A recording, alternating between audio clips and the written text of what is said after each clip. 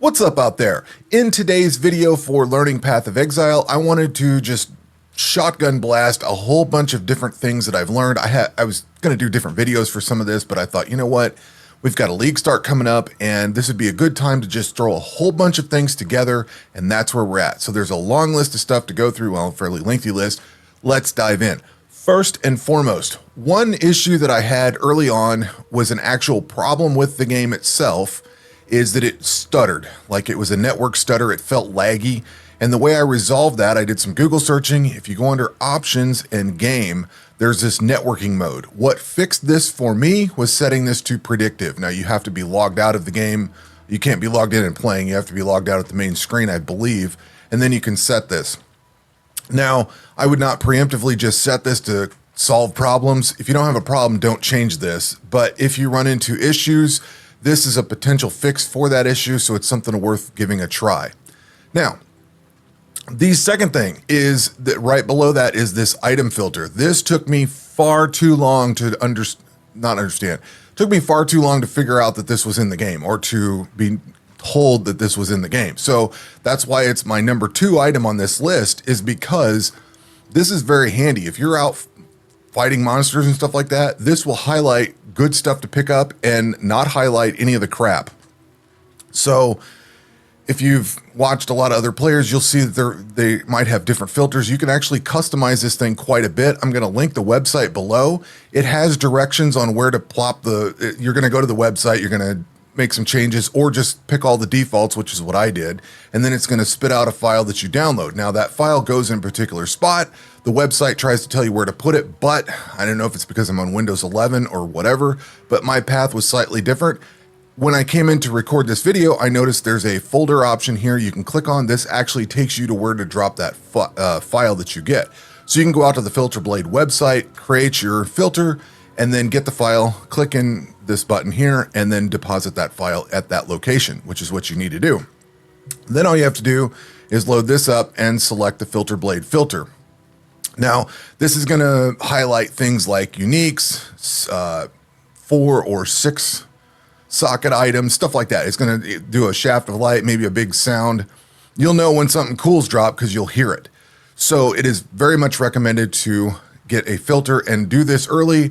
That way your experience will be much better as you go along, because this will show you what you should look at. Now, doesn't mean you need to pick everything up, because you might be a ranged character. You're not going to want melee weapons necessarily if you're playing a bow build, but it's going to show you all the other stuff.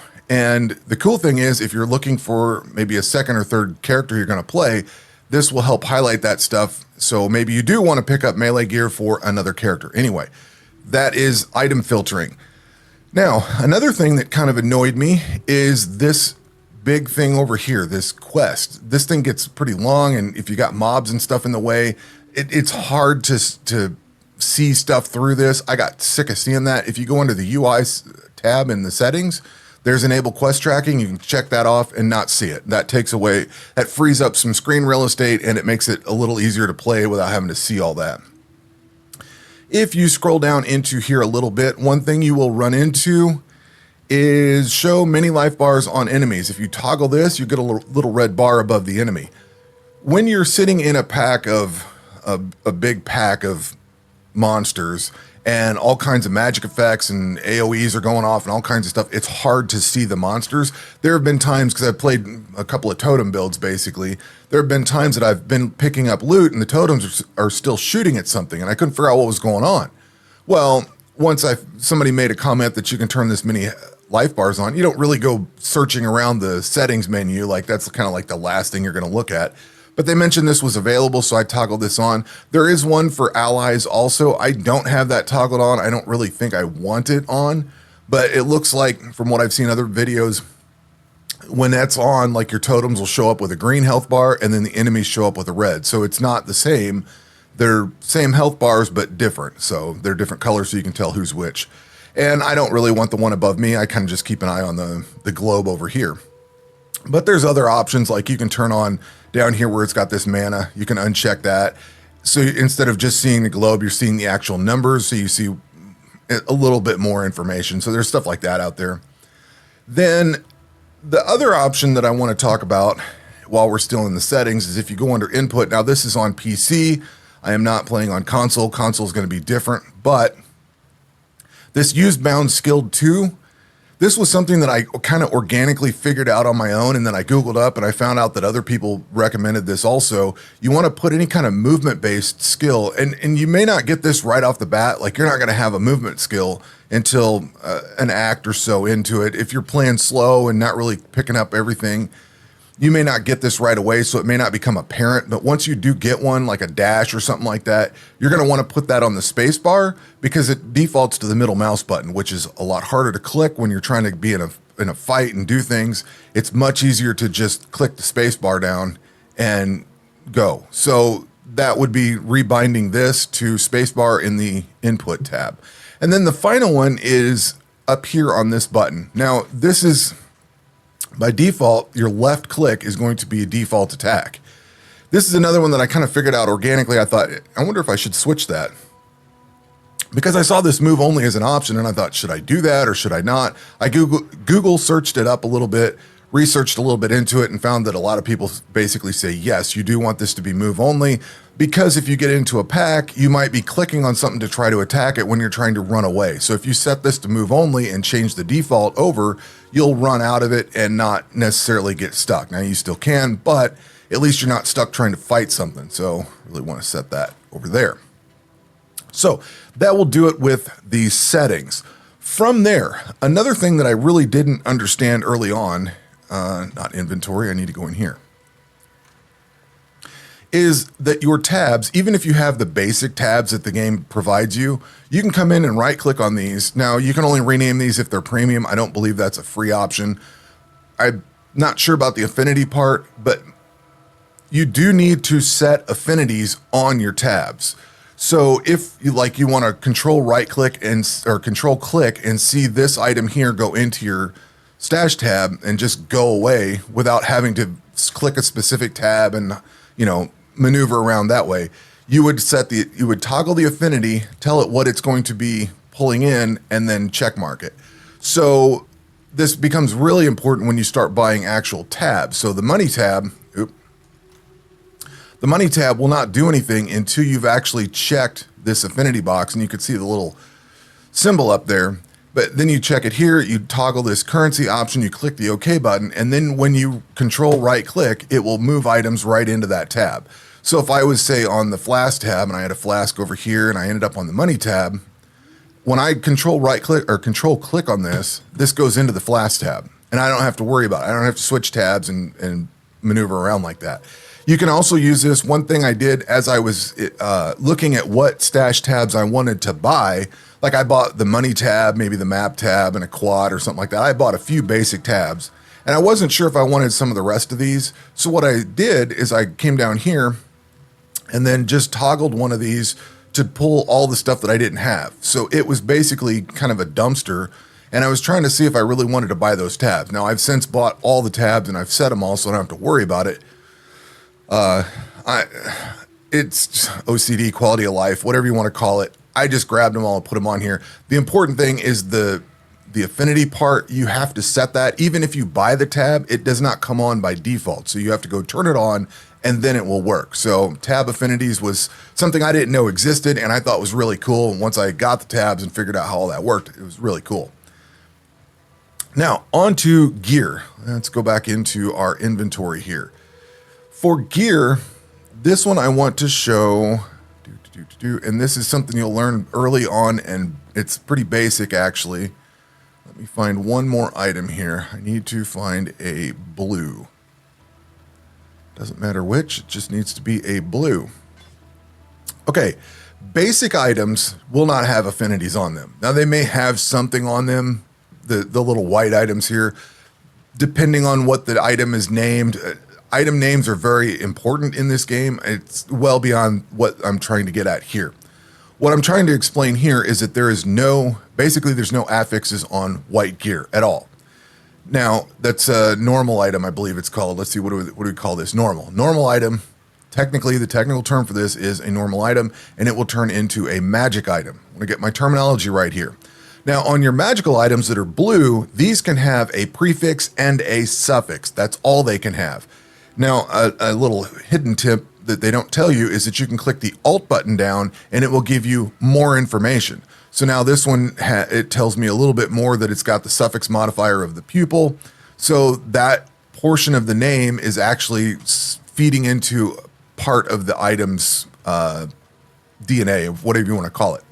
Now, this can only have a prefix and a suffix. So if I wanted to add a modifier to this through the crafting bench or whatever, I can only add a prefix because I know that there's only a prefix and a suffix available. So one's already used, which is the suffix. And if you hold Alt, it will tell you which one is used. Now, if you move over to the rares, rares, I gotta get my wording right here, which are the yellow, gold, whatever color these are. If you mouse or Alt these can have 3 prefixes and 3 suffixes. So if you're trying to figure out why you can't add a particular piece to an item, it might be because it's got 3 suffixes and 1 prefix or something like that. So depending on how it's set up, and this will show you what it actually tells you whether there's prefixes or suffixes on it. So my point with this is each of these has different possibilities, and that's part of all the crafting is where you start with them, their quality and things like that. Like, it gets down a huge rabbit hole I'm not trying to dive into. Basically, I'm trying to explain that there is a limit to the prefixes and suffixes on each piece of gear, and you might be trying to change something that you can't change. And there's pools of what can go in what spot and what quality well beyond this. I just wanted to point that out because it was something that I found out later and I thought, that'd been kind of useful to know earlier. Now, the next thing is the number of sockets. And you might see an item that has 6 sockets and you think, wow, that's great. But then you get some other piece of armor that only has like 4 sockets on it. And you might be wondering why you can't get more sockets on that item. So if you hold Alt on this, well, it doesn't really tell you anything. Item level's 38. There we go. So that's what I'm looking for. And this one is item level 69. Now, the important part here, you're early on in the game, excuse me. Early on in the game, you might get an item with 1 socket, and you're like, why can't I have 4 sockets? Well, the item might not be able to accommodate 4 sockets. So you can get 1 or 2 sockets at level 1. So level 1 gear early on in the game can have 1 or 2 sockets. At level 3, level 2, you can get 3 sockets. At level 25, you can have 4, up to 4. At level 35, you can have up to 5. So this piece of gear here is item level 38. So this one could actually get 5 sockets. So if you're sitting here spending your currency trying to change this to a 6 socket, it's not going to happen because the item level isn't high enough. And then this one over here, you can get 6 sockets at item level 50 and above. So this is item level 69. So it's available to have that. So that was something that was pretty handy too, because you might be wondering why you're rolling the items, or you're rolling this jeweler's orb over here and you're only getting 4 sockets, and you're looking at another item that's got 6 sockets and you're like, well, it's the same thing. It's a chest piece. Well, that's why. It's the item level. So that's basically what I wanted to get at with this, is that the sockets are based on the item level of the gear. And if you're holding on to something from very early on in the game because it's got certain attributes that you're looking in for, you might need to swap it out, or you probably do need to swap it out because you're limiting yourself on the number of sockets. That's what I was trying to drive at with this one. Now, one thing that took me far too long to get into and really look at, like it unlocks early on, which is the hideout, which is where we're at now. People kept telling me to go into my hideout and look at it. For one, you get this crafting bench. Now, my hideout looks different than probably almost everybody else's. You can actually import or export hideouts. So if you're doing trading, you can grab an export of somebody's hideout and copy it and then import it into yours. There's a website, Hideout Showcase. I'm going to link that down below. That's where I got this one. There are hideouts based on whether you've bought microtransactions at the shop. There are hideouts like this one, which use all the free stuff in the game. I just grabbed one, threw it on here. I didn't really care. This was the hideout I was using, and I popped it on here. Now, the big thing that you're going to come in here for is crafting, and you can just drop an item in here, And again, with what we just talked about, because this has all 6 prefixes and suffixes filled up, I can't do anything at the crafting bench for this item. It's full, so there's nothing I can do. But you would want to come in here and modify, because you can add like mana, you can add resistances, you can add increased damage, stuff like that. This thing, you will find a bunch of recipes throughout, and you might be kind of sleeping on those like I did for a long time. If you're trying to get something on a piece of gear and you know the previous thing we talked about, you can come in here to this crafting bench, and if you got room on that item, you can add that to the item and get that set so that you fill in a gap. Like a lot of the stuff that I do is for resistances basically on this, whether it's good, bad, or indifferent. I've been using these to put resistances on a lot of this to fill in the gaps that I need. And I knew I can do that because I knew I had space on the item. But the point here is the hideout offers you the crafting bench. You can get all of these different NPCs in here. You have to invite some of them in, and you can get your map device put in here. What somebody pointed out to me is that if you're in town, the map device is slightly farther to get to than what you can, like you can put your stash like right next to it, because you can allocate, or you can specify where each item is. So you could pretty much put these on top of each other, and then you're in and out quickly, as opposed to having to run up the stairs and down the stairs and up the stairs and down the stairs. You can just be there and have it, and access to your crafting bench and all that stuff. So the point here is, do not sleep on the hideout. As soon as it becomes available, you really want to start using it. And another problem that I noticed early on is all these NPCs will just be stacked around the waypoint. So somebody will have an exclamation point, you'll be trying to talk to them, but there's like 6 or 7 NPCs on it. So it's in your interest to at least set it up and get those spread out. Even if you just grab something off this showcase site and throw it in there, load it in like I did, it doesn't matter. I mean, there's, you don't have to spend a whole lot of time trying to find one. You can just go grab one. I happen to have this as my hideout, so this is the whatever this one's called, the luxurious level or whatever it is. I happen to just go find one, filter it out, and load that. But anyway, the point here is to get into the hideout sooner than later, and don't sleep on it. Now, the next thing I want to talk about is resistances. One thing they don't tell you is, and they tell you at the end of Act 10 that your resistances change. I don't think they tell you at the end of Act 5, but at the end of Act 5, your resistances will drop by 30%. At the end of Act 10, they drop by another 30%. So when you complete the campaign, your fire, cold, lightning, and chaos resistance will drop by 60%. And one thing you want to do, I didn't really get this on my first playthrough, but once I started putting my videos out, people were commenting, hey, you need to have 75% resistance. The game is designed and balanced around 75% resistance. So as soon as you can get up to 75% early on, you want to maintain that for all of these. From what I understand, chaos resistance isn't really an issue until you're at the end of the campaign or into the mapping section, in game, whatever you want to call after the campaign. I don't care what you call it. But once you're out of the campaign, I think that's where the chaos resistance becomes even more important. It's probably worth allocating stuff to chaos early on as well, but that's a whole other topic for a whole other day. All I want to point out here is that there are 2 places in the campaign where the resistance changes, and you come into Act 6 and you're like, man, the game just got way harder. Well, it's because your resistance is dropped by 30%. You didn't notice it. And you want to maintain that 75% because that's what the game is based around. That's what it's balanced around. So if you're lower on that, you're going to be taking more damage. Now, if you can raise it and get it higher and all that, that's a whole other topic for a whole other day. I'm just pointing out that you want to maintain 75%. So from there, I wanted to talk about currencies real quickly. One thing that I did not realize is that currencies are not just for applying to gear. Like you would think, oh, this is all I need to apply it to. Currencies actually apply to a lot of things. They apply to flasks. You can actually take your flasks in here. I'm way too much of a hoarder, but you can come in here and you can go in here and make this a magic flask if you want. So you can actually change and modify flasks and stuff like that, which was, I totally didn't know that early on, very early on. Like it's something I finally figured out later on. especially once I started getting different kinds of flasks. Like that was kind of a revelation because I'm used to games where you have health and mana and that's it. You don't really have other flasks, or if you do, they're not as configurable as this. So I wanted to point that out. The other thing that you can change a lot is maps. So if you go into a map, you'll notice that this one is a rare, and I probably got to go over here to find one that is just a white. So this is white. And then there's some blue ones. And if you go in further, you'll see that there are the rare yellow ones somewhere in here. Yeah.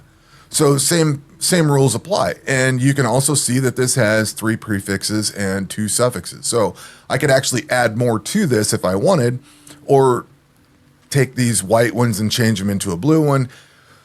The mapping process, you don't get Atlas points if you try to do a white map, you don't get an Atlas point. You have to complete the map on either blue or yellow before you get an Atlas point. And this will actually tell you that you've completed them. But my point here is that you can take all your currency, and you'll see that with like the cartographer's chisel, you can improve the quality of it, but you can do crafting on the map tokens. Now you can also do crafting out in the game. Like as you're playing through and killing monsters, you'll find those monster strong boxes. Now, I had saw that those were blue or yellow sometimes, but I didn't really ever pay attention that they were items, basically like this.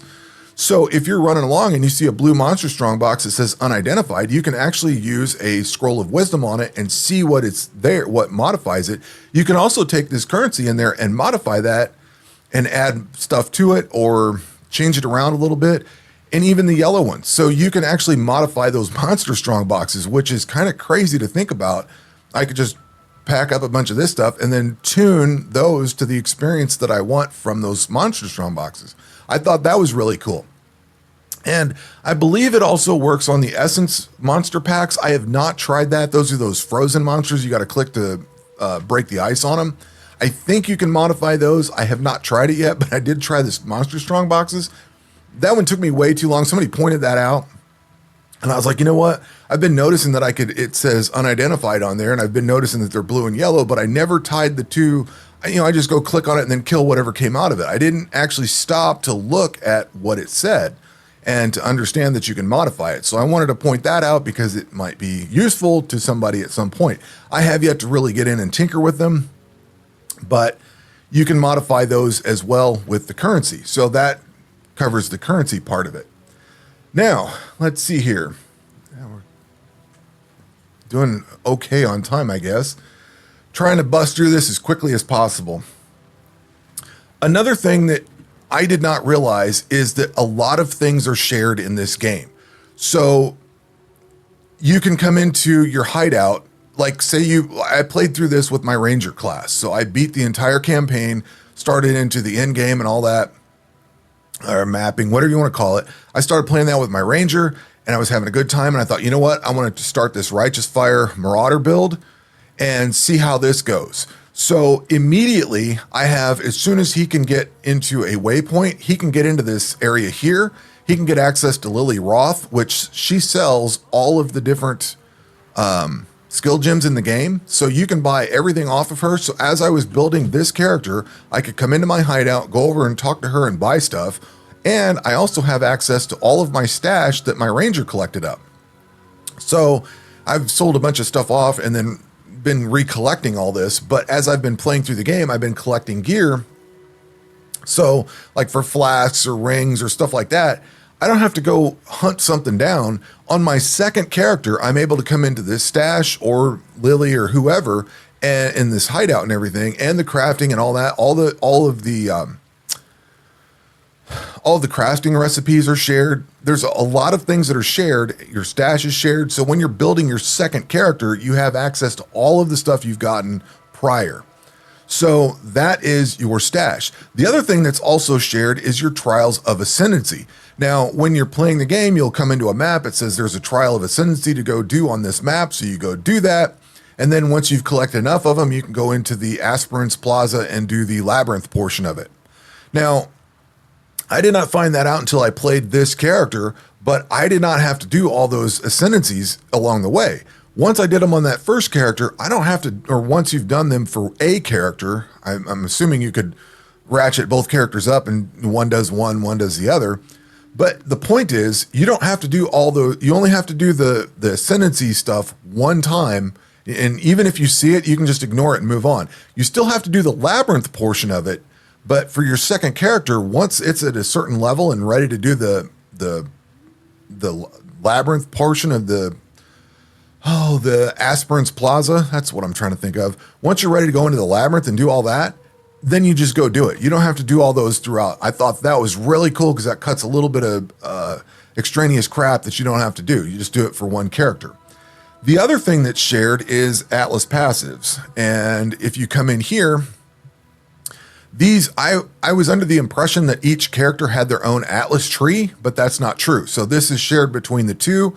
That's important to note, I think, because I was under the impression that I would build one class for one thing and one class for another, and I would just pick whatever Atlas tree stuff that they wanted for that. You know, if I wanted to go do Delve and build a character for that, this is shared, so you have to take that into account. I'm early on this, so I don't know what that means exactly, but it is a shared thing because this line here is what I did with my Ranger. This is not anything I've done with this character here.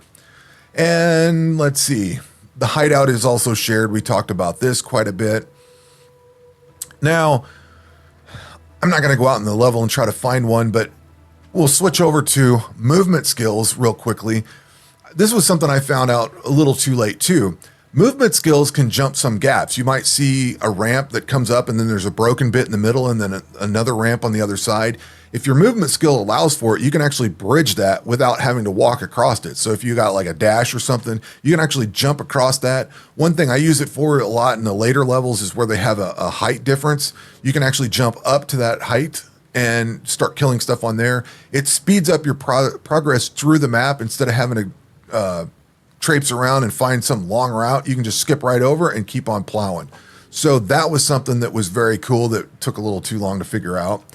Now this one is, this thing here is about fractured items. You're going to get some drop and you're going to be like, oh, that looks really cool. It's got a nice cool outline on it. And it's called, you know, it's got this plus 84 armor in gold or whatever gold item or affix comes up on this thing. And you're thinking, man, must be a really cool item. These are called fractured items. They have a little pincer looking, what I call a pincer looking thing up in the top left. I can't move my mouse over it because it's not highlight on the item, but these things baffled me. It took me a while to figure them out because you have to figure out how to say what this is. You know, it's like got a weird glow to it or something like that. Like the point I'm getting at here is that if you get one of these and you're trying to figure out what the hell it is a fractured item. This is basically from what I can tell, just a crafting thing. And because that adds 18 to 33 fire damage is like gold or whatever, you can't change that. So no matter how you craft this item, there are ways of getting rid of it and kind of burning the item off or whatever. But if you're just trying to add some prefixes and suffixes and stuff, like if you're going to take the reforged and rare item with new random modifiers, this would not affect that gold tag on there. So it would affect everything else in blue, but not that gold tag. So that's what's important about fractured items. And like I said, it was just hard to figure out what they were because they have that little symbol up there and there's like no name on here that says fractured that I've ever seen or paid attention to if it's there. But that's what those are. And it was just a struggle to try to find them because of trying to describe what you're seeing without, you know, I don't know what the blue glow is that's coming out of it, but it looks cool. So that's what fractured items are. Now, the final thing that I want to talk about is more of just a general game thing. Now, when I approached this game, I approached it like I would have like how I did approach Grim Dawn, Titan Quest, all the Diablos I've played, all that kind of stuff, is you play it for the campaign and you're done. What I did not realize is that you're not really playing this game for simply the campaign and the story. There is so much beyond the campaign and the story. And even if you get stuck in this, you know, you're rotating back and forth in the campaign over and over, trying new classes out. There's so much replayability to this game. There's always going to be a reason to try a new class out or try something else new. So one thing that I would say going into this is know that there's a lot of replay here. And I know that sounds stupid or it might sound basic, but that was something that I did not account for. I know this is a live service game and all that, but I did not realize just how much there is and how much the league starts change everything constantly and add to this game over time. And I've ran into so many different mechanics and I've had to research what they are and how they work and stuff like that. And I've like barely scratched the surface. So for this next league start that we have in a few days, I'm looking forward to building a new character class and trying to get different. Like I've gotten so far, I'm going to take this next start in league to go further and try new things and do other stuff. There's so much there that I did not anticipate. I was looking to be done with the campaign and that was it. So if you look at my review, that's kind of how I approached it, was just from the campaign standpoint. Now that I've gotten past that and started getting into mapping and actually getting into mapping, getting into further into delve, seeing stuff like the harvest mechanics and the rituals and all that stuff, a lot of that stuff doesn't even show up until you're into the mapping portion. So just be aware that there is a lot of game here. There's a lot more than you would anticipate. So if you're just thinking you're going to pop in and get the campaign done, yes, you can do that, but there is a whole lot of reasons to keep going and do more stuff. And as I mentioned with the shared stash and all the different stuff that's shared between all the different classes and characters you can build, it's a lot of replayability. So anyway, that will do it for this video. Hopefully something in here has been helpful, and we will catch you on the next one. Take care.